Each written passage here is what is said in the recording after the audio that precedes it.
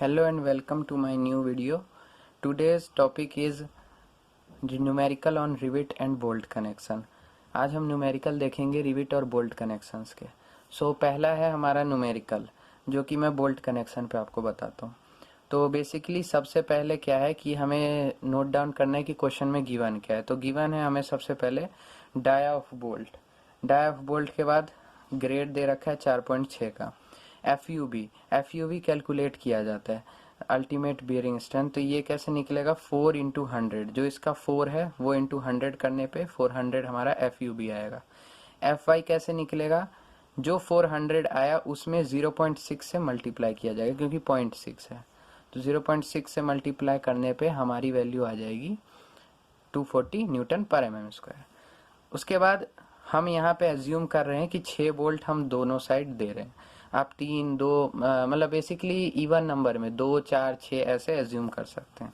इसके बाद F you हमारा 410 रहेगा हमेशा, एफ वाई 250 रहेगा। ये हमारा फिक्स है प्लेट के लिए, इसे बिल्कुल याद कर लेना है, ये फिक्स है। किसी thickness of cover plate 8 mm, ये भी हमें क्वेश्चन में दे रखा है। एंड डिस्टेंस ये निकालना पड़ेगा। एंड डिस्टेंस कैसे निकलेगा, बेसिकली उसका फॉर्मूला आता है 1.5 डी नॉट। तो 1.5 d naught means dia of bolt hole, bolt के जो होल है उसका डाया। अगर हमारा डाया ऑफ बोल्ट 18 mm है तो डाया ऑफ बोल्ट होल कितना होगा, 18 + 2 mm, यानी कि 20 mm। तो हमारा इससे मल्टीप्लाई करने पे एज डिस्टेंस आ गया 30 mm। अब हमें निकालना है गॉज डिस्टेंस, या फिर जिसे हम पिच भी कहते हैं। तो हम ये एज्यूम कर रहे हैं 100 mm का, ये एज्यूम कर सकते हैं, क्योंकि इसका आगे चल के न्यूमेरिकल में कोई यूज नहीं है। इसके बाद है एन हमें निकालना है एरिया ऑफ बोल्ट का। तो वहां पे एरिया निकालेंगे 0.78 π/4 डी स्क्वायर। इस फॉर्मूले से सॉल्व करने पे π/4 डी यहाँ पे लेना है हमें dia of bolt. Dia of bolt हमने 18 लिया, तो हमारा सॉल्व करके यहाँ पे आएगा 198 mm स्क्वायर। इसके बाद है हमारा ए एस बी निकालने का फॉर्मूला π/4 डी स्क्वायर। तो π/4 डी हमारा कितना था 18, सॉल्व करके आएगा 254 mm स्क्वायर, 254 mm स्क्वायर। इसके बाद है विड्थ ऑफ प्लेट। अब जैसे कि यहाँ पे ये प्लेट आपको दिख रहा होगा, बेसिकली यहाँ पे ये रहा एक प्लेट, हमने ड्राइंग बनाया है प्लेट का। इसमें हमने एज्यूम किया था शुरू में 6, तो अगर हम 6 बोल्ट दोनों साइड ले रहे हैं तो इधर भी 3, 3, 6 और इधर भी 3, 3, 6, टोटल 6 बोल्ट हम देंगे। अब इसमें जो यहाँ पे आप देखोगे ये 8 mm का कवर प्लेट है, जो हमें गिवन था न्यूमेरिकल में। यहाँ पे 8 mm का कवर प्लेट, 12 mm का हमारा मेन प्लेट है, ये भी हमें क्वेश्चन में दे रखा था। अब है इसमें क्या कि हमें विड्थ निकालनी है, प्लेट की टोटल विड्थ कितनी होगी। तो अगर हम पिच यहाँ पे एज्यूम कर रहे हैं 100 और एज डिस्टेंस 30, तो बेसिकली यहाँ पे होगा, अगर 6 बोल्ट है आप 3 बोल्ट लगाइए, ठीक है। उसके बाद 1 बोल्ट से इधर का ये एज डिस्टेंस है, जो बाहरी डिस्टेंस होता है एज डिस्टेंस, तो ये 30 होगा। और ये 2 बोल्ट के बीच के डिस्टेंस को हम पिच कहते हैं, यानी ये हमारा 100 होगा जो हमने एज्यूम किया था। तो 100, उसके बाद फिर से 100 और अगला 30, क्योंकि ये एज डिस्टेंस है यहाँ पे। तो टोटल विड्थ हमारा कितना आएगा 260 mm। ये हमारा आ गया इस प्लेट का टोटल विड्थ। ये हो जाने के बाद आगे हमें क्या करना है, बेसिकली सियरिंग स्ट्रेंथ निकालना बोल्ट का। अब सियरिंग स्ट्रेंथ कैसे निकलेगा, तो बेसिकली VDSB, ये इसका फॉर्मूला है। VDSB मतलब सियरिंग स्ट्रेंथ ऑफ बोल्ट। तो और एक होगा VNSB, तो VNSB होता है डिजाइन सियरिंग स्ट्रेंथ। तो हम VDSB निकाल लेते हैं पहले। इसका फॉर्मूला ये है जो मैंने आपको पिछले लेक्चर में बताया था, अगर नहीं है तो आप पिछले लेक्चर नंबर 2 देख सकते हैं, उसमें बता रखा है कि ये फॉर्मूला क्या है, कैसे इसको करना है। तो इसका फॉर्मूला आप वहां से नोट डाउन कर सकते हैं या फिर यहीं से। इस फॉर्मूले को में हम वैल्यूज पुट करेंगे। FUB का जो हमारा आया था वैल्यू 400, वो हमने पुट किया। √3 1.25 है हमारा गामा MB, अगेन रिपीट 1.25 है हमारा गामा MB, तो ये 1.25। और गामा MO होता है दूसरा चीज, जिसे हम लेते हैं 1.1, जो मैंने प्रीवियस लेक्चर में बताया था। तो इसके बाद है NNANS, ये हमारा है, NN को हम 1 मानेंगे क्योंकि 1 बोल्ट का हम कैलकुलेट कर रहे हैं। और 198 ये हमारा है ANS, जो कि यहाँ से आया, आप देखेंगे तो 198। इसके बाद NS हम फिर से 1 बोल्ट, ASB यहाँ से आया हमारा 254, आप देखेंगे तो।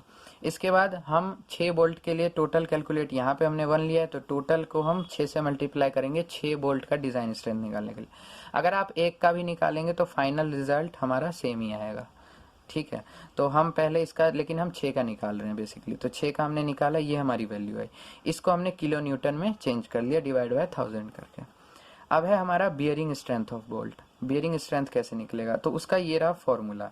ये भी मैंने प्रीवियस लेक्चर में बताया था ये फॉर्मूला। ये फॉर्मूले में मल्टीप्लाई 6 करेंगे क्योंकि 6 बोल्ट का वैल्यू निकालना है। अब इसमें सारी वैल्यूज तो हमें पता है, FUB पता है, DT गामा MB 1.25 होता है बताया।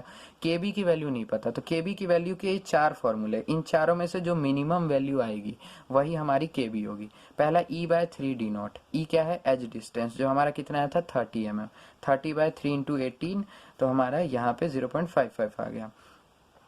अगला हमारा P/3D0 पिच हमने 100 एज्यूम किया था, -0.25। इस पूरे को सॉल्व जब आप करेंगे तो आपका वैल्यू आएगा 1.42। अगला इसके बाद FUB बोल्ट और FUB प्लेट, इसको हम डिवाइड करने पे हमारा जो वैल्यू आ रहा है वो है 0.97। FUB बोल्ट का और प्लेट का अलग अलग है, ध्यान देंगे तो 400 और एक का है 410, सॉल्व करने पे 0.97। अगला एक वैल्यू है 1। अब इन चारों में सबसे मिनिमम आप देख रहे हो तो 0.55 है, दैट्स वाई हम इस वैल्यू को लेंगे। तो 0.55 वैल्यू को यहाँ पे पुट करेंगे इस पूरे फॉर्मूले में। 2.5 इंटू 0.55 इंटू 18 जो कि हमारा डाई ऑफ बोल्ट है, D इंटू 12 हमारा थिकनेस ऑफ मेन प्लेट। यहाँ पे देखेंगे, यहाँ पे गिवन था हमें क्वेश्चन में कि थिकनेस ऑफ मेन प्लेट कितना है, 12 mm। Main plate, cover plate का 8 mm है, मेन प्लेट का 12 mm, तो हम 12 mm ले रहे हैं मेन प्लेट। इंटू 400 हमारा वैल्यू था FUB का, अपॉन 1.25 किया, इंटू 6 सॉल्व करने पे हमारी वैल्यू आ रही है 518 किलो न्यूटन। अब टेंसाइल स्ट्रेंथ ऑफ प्लेट निकालेंगे। अच्छा, जो हमारी दो वैल्यू आई है आप यहाँ पे नोट करेंगे तो एक हमारी आई है सीरिंग स्ट्रेंथ बोल्ट 501, दूसरी आई है बियरिंग स्ट्रेंथ जो कि है 518। दोनों में से जो मिनिमम वैल्यू है वो कहलाती है हमारी बोल्ट वैल्यू। तो दोनों में से मिनिमम बेसिकली 501 है जो कि हम बोल्ट वैल्यू लेंगे, आगे बताता हूँ। यहाँ पे अगली वैल्यू निकाल रहे हैं हम tensile strength of plate. Tensile of strength of plate का फॉर्मूला क्या होगा, TDN का फॉर्मूला ये जो है 0.9 FUB.AN अपॉन गामा MB। तो ये फॉर्मूला प्रीवियस लेक्चर में मैंने बताया था।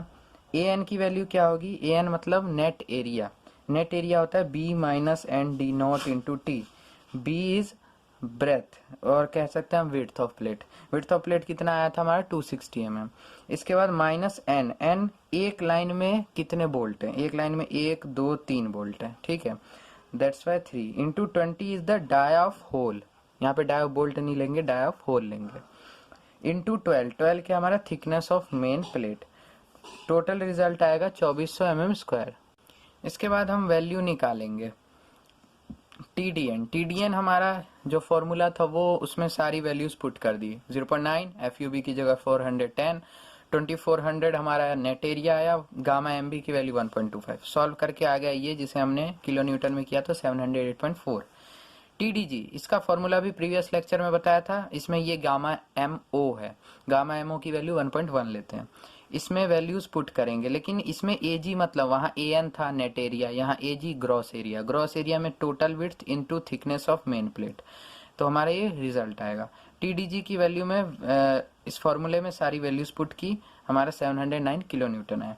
अब इफिशियंसी क्या होता है, बोल्ट वैल्यू। बोल्ट वैल्यू क्या लेंगे हम, तो जो हमारा रिजल्ट था बेसिकली हमारा जो रिजल्ट आया था वो था एक 501 और एक आया था हमारा यहाँ पे 518। इसमें से मिनिमम वैल्यू क्या है 501, तो ये होगी हमारी बोल्ट वैल्यू।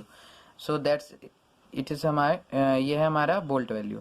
अब 501 तो आ गया हमारा बोल्ट वैल्यू। TDG हम क्यों ले रहे हैं यहाँ पे 709, क्योंकि जो टेंसाइल स्ट्रेंथ ऑफ प्लेट है वो हमेशा मैक्सिमम ली जाती है। तो 708 और 709 ये है मैक्सिमम, ये लिया, मल्टीप्लाई बाय 100% आ गया इफिशियंसी का।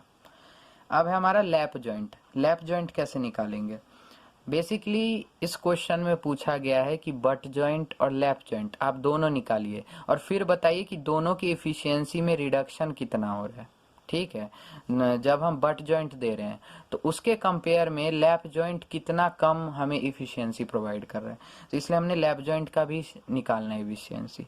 तो हम इसका एफिशिएंसी कैसे निकालेंगे, मेन प्लेट हमें 12 mm दिया है, यहाँ पे ये हमने 2 बोल्ट कनेक्शन दिए, VDS भी वही फॉर्मूला रहेगा, बस इसमें क्या है एक्सेप्शन कि ये हमें नहीं कंसीडर करना है, ये हमें नहीं लेके चलना है, NS इंटू ASB।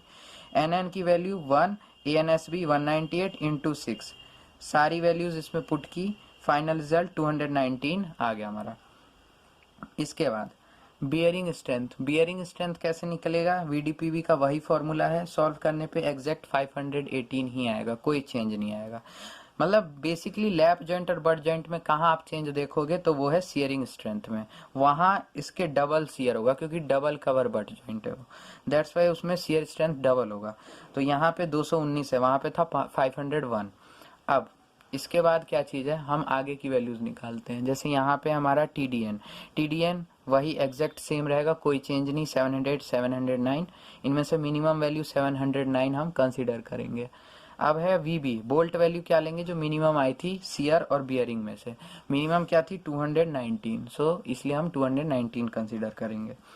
यहाँ पे 219 अपॉन 709 इंटू 100 किया, ये सॉल्व करने पे हमारा 31% का वैल्यू है। अब रिडक्शन इन इफिशियंसी, जो हमारा मेन क्वेश्चन था कि बट जॉइंट और यहाँ पे लैप जॉइंट दोनों की इफिशियंसी निकालो और ये बताओ कि बट जॉइंट के कंपैरिजन में जब हम लैप जॉइंट देंगे तो कितने का इफिशियंसी में रिडक्शन देखा जाएगा। तो दोनों की इफिशियंसी कैलकुलेट की, एक की कितनी है 70.6, एक की है 31.1, तो रिडक्शन निकालेंगे 70.6 माइनस 31.1 अपॉन 70.6 इंटू में 100, सॉल्व करने पे हमारा 56% का रिडक्शन आ गया हमारे इफिशियंसी में। सो ये था हमारा आज का टॉपिक। अब अगले क्लास में हम देखेंगे रिविट वैल्यू कैसे निकालते हैं या फिर रिविट जॉइंट के कुछ न्यूमेरिकल देख लेंगे। सो उम्मीद करता हूँ कि आपको ये वीडियो पसंद आई होगी। Thanks for watching my video, please like and share and subscribe this YouTube channel. Thank you, good bye.